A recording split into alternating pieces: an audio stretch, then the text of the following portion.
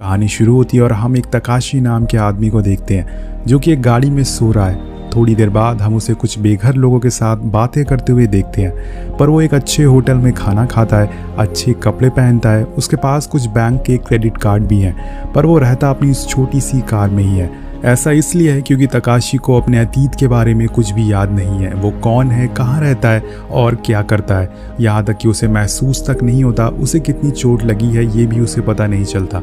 अब एक दिन तकाशी के पास एक सैम नाम का लड़का आता है जो उसे कहता है कि मैं तुम्हारी खोपड़ी में एक छेद कर दूंगा जिसके बदले तुम्हें 7 लाख युआन मिलेंगे।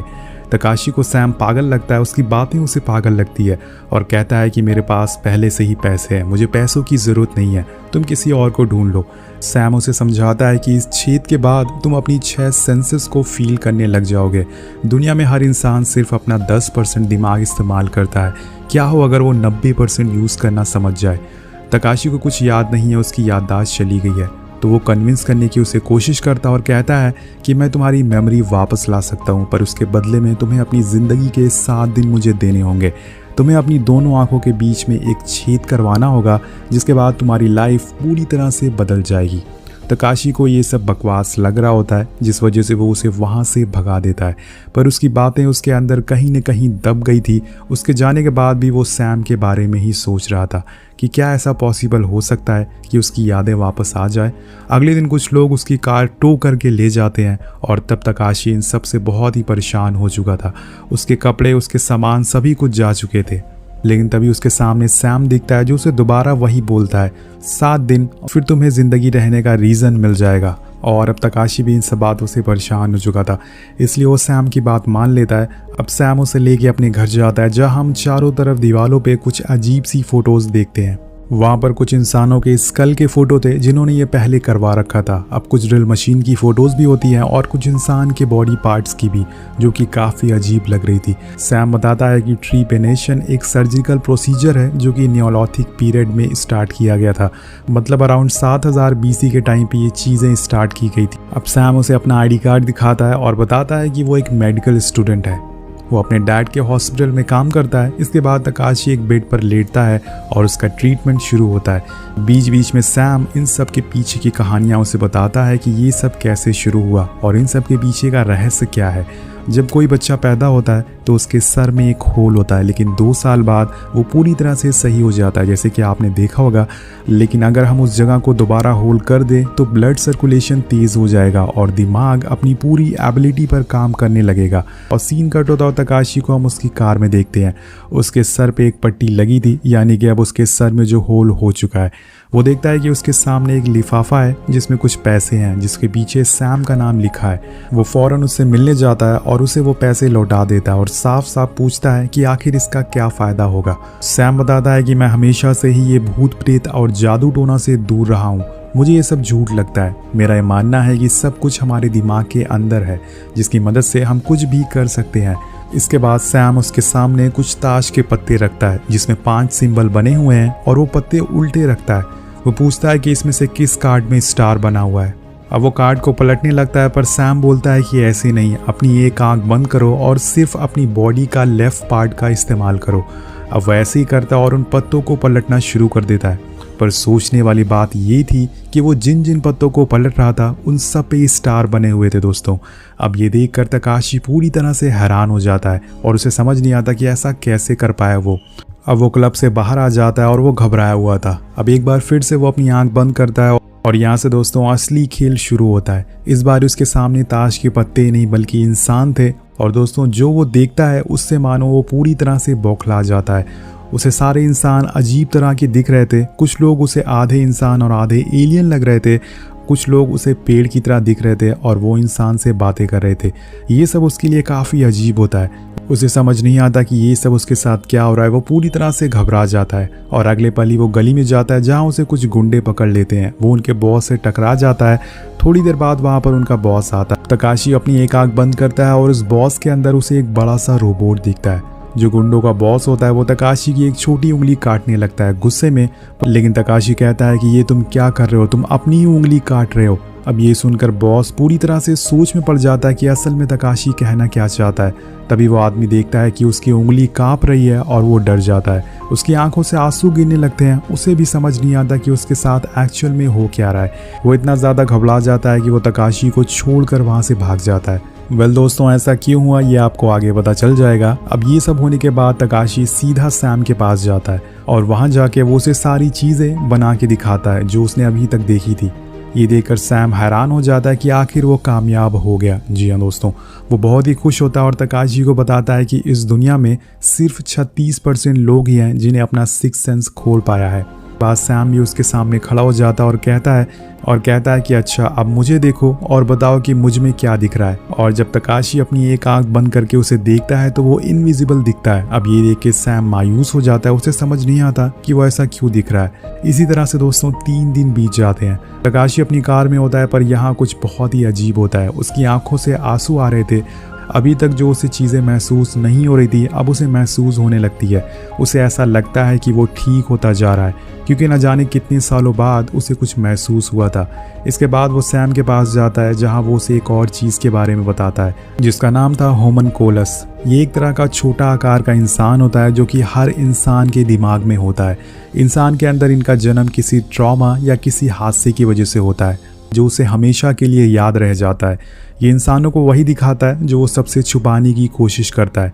अब दोस्तों यहाँ पर तकाशी भी लोगों के ट्रॉमा को देख सकता था। वो इंसानों के दिल में झांक सकता था कि उनका डर क्या है। ये सब सुन के तकाशी बहुत ही परेशान हो जाता है। उसे यकीन नहीं हो रहा था कि वो असल में 7 दिन में ठीक हो जाएगा। तकाशी जब अपनी आंख बंद करता है तो वो देखता है कि वो लड़की रेत से बनी हुई है। ऐसा कैसे है? क्या वो लड़की के साथ कुछ बहुत ही बुरा हुआ है या वो किसी चीज़ से जूझ रही है? तो यही जानने के लिए वो उसके पीछे जाते हैं और थोड़ी देर बाद सैम उससे बात करने जाता है। पर दूर बैठा तकाशी देखता है कि वो लड़की के पैर से रेत निकलकर सैम के अंदर जा रही है। और अब सैम जो कि पहले इनविजिबल था अब वो उसे दिखने लगा है। वो उसे पानी के रूप में दिख रहा है। ये देख के ऐसा लग रहा है कि मानो वो अपनी पावर्स उसके अंदर भेज रही हो, लेकिन ऐसा कुछ नहीं होता। थोड़ी देर बाद वो लड़की उठ के वहाँ से चली जाती है। पर सैम उसका फ़ोन चुरा लेता है ताकि वो लोग उसके बारे में और जानकारी इकट्ठा कर सके कि वो लड़की किस ट्रॉमा से गुजर रही है। इसके बाद तकाशी अपनी कार में उस लड़की का फ़ोन चेक करता है जिसमें वो देखता है कि उस लड़की की मॉम के मैसेज आ रहे होते हैं।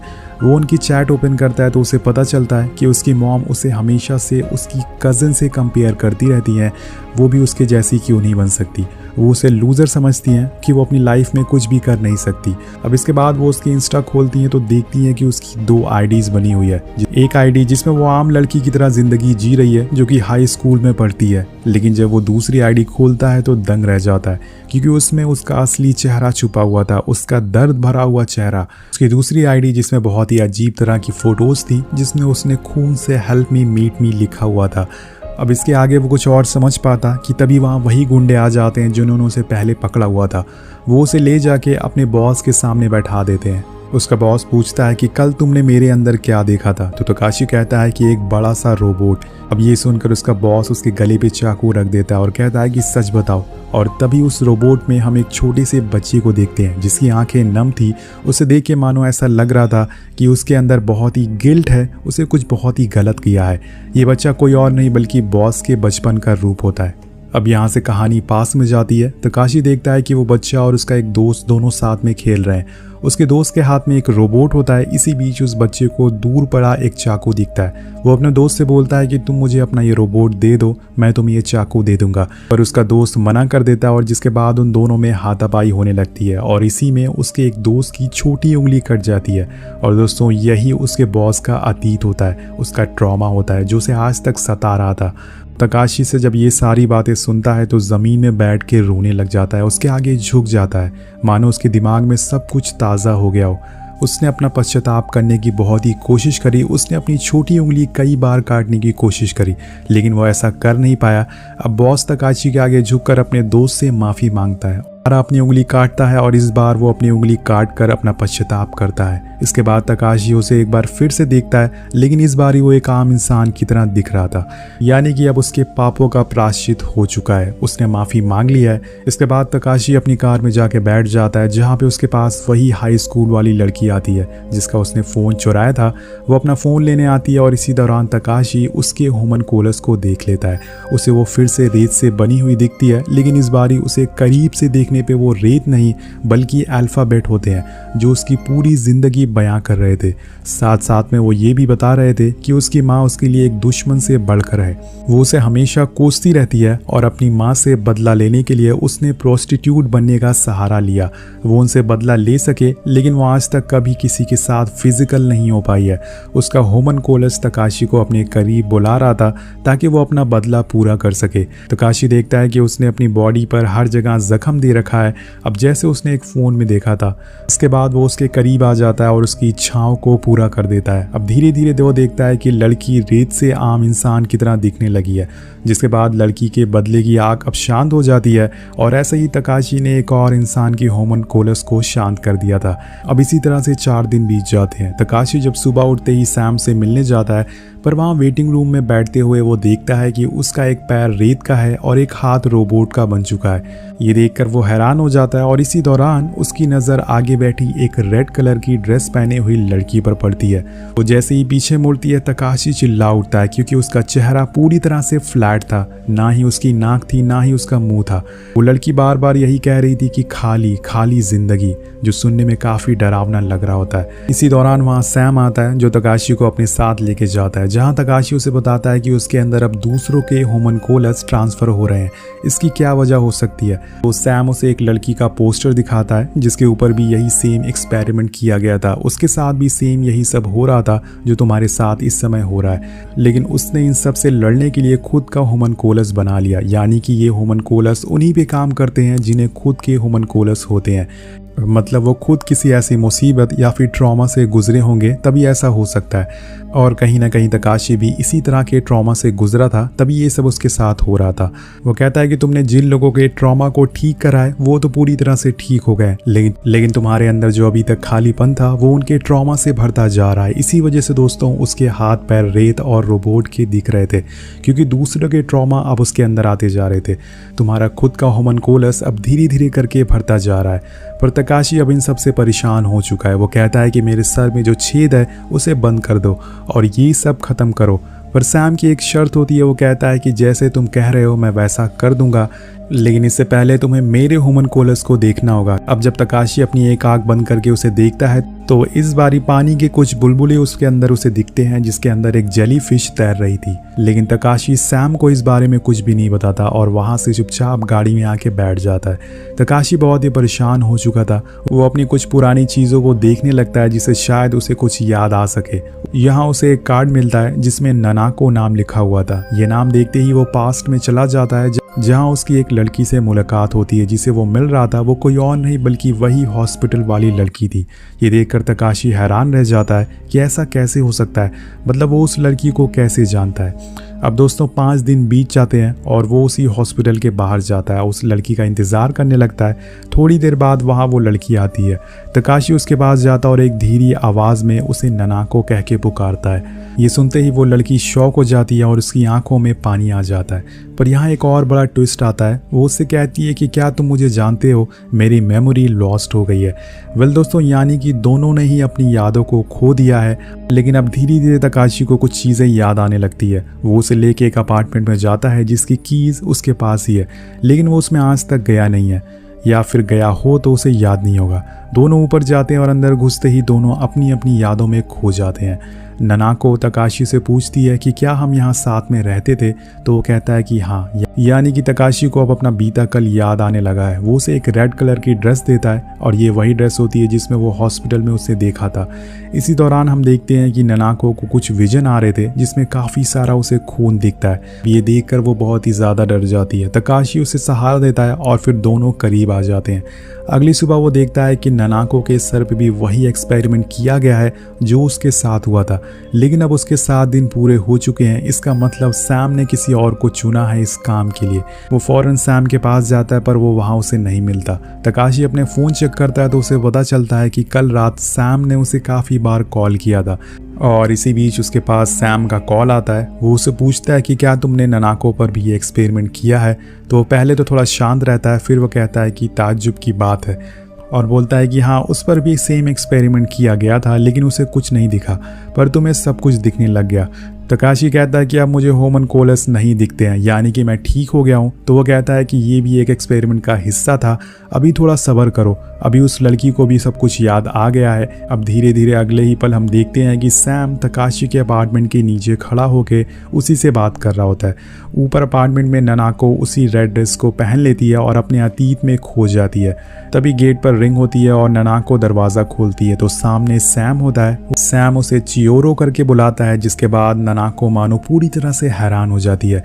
इधर दूसरी तरफ हम तकाशी को देखते हैं जो सैम के घर पे अपने स्कल पे बने उसी होल को अब दोबारा खोलने की कोशिश कर रहा है। वो मशीन से दोबारा से होल को खोल लेता है ताकि वो फिर से होमनकोलस को देख सके और भागते हुए ननाको के पास आता है। वो अपनी एक आंख बंद करके उसे देखता है तो वो उसे पहले जैसी फ्लैट दिखती है, पर धीरे धीरे करके उसकी आंखें, उसकी नाक, उसे पूरा चेहरा उसे दिखने लगता है।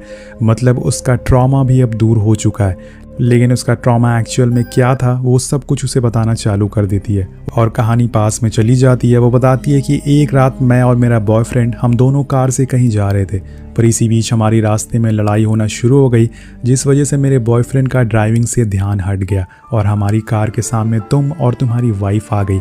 इस हादसे में हम दोनों ने अपनों को खो दिया, यानी कि तकाशी ने अपनी वाइफ को खो दिया और ननाको ने अपने बॉयफ्रेंड को खो दिया।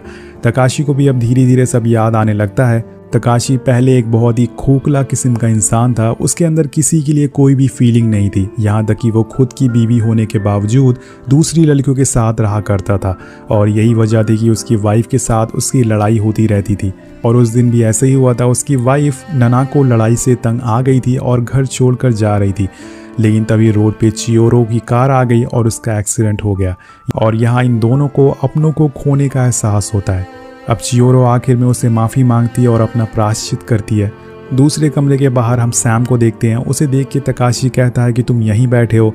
सैम कहता है कि वाह, जिसने तुम्हारी वाइफ को मारा तुम उसी से प्यार कर बैठे, मैंने ऐसा एक्सपेक्ट नहीं किया था। तभी तकाशी उसे कहता है कि वाटर।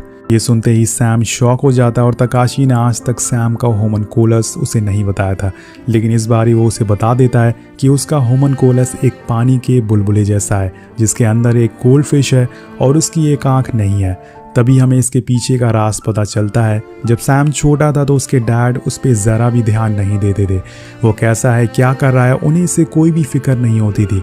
वो अपना पूरा टाइम एक गोल्ड फिश को दिया करते थे और यही बात सैम को आज तक उसे अंदर से खाई जा रही है। वो उस गोल्ड फिश की तरह बनना चाहता है ताकि उसके डैड उससे उतना ही प्यार कर सके और यही वजह होती है कि वो इतने अजीब ढंग से रहता था। उसके बालों का रंग पूरी तरह से, शरीर पे टैटू, अजीब तरह के कपड़े, वो ये सब जानबूझ के करता था ताकि लोग उसे देखें, ना कि उसे डैड की तरह अनदेखा कर दे।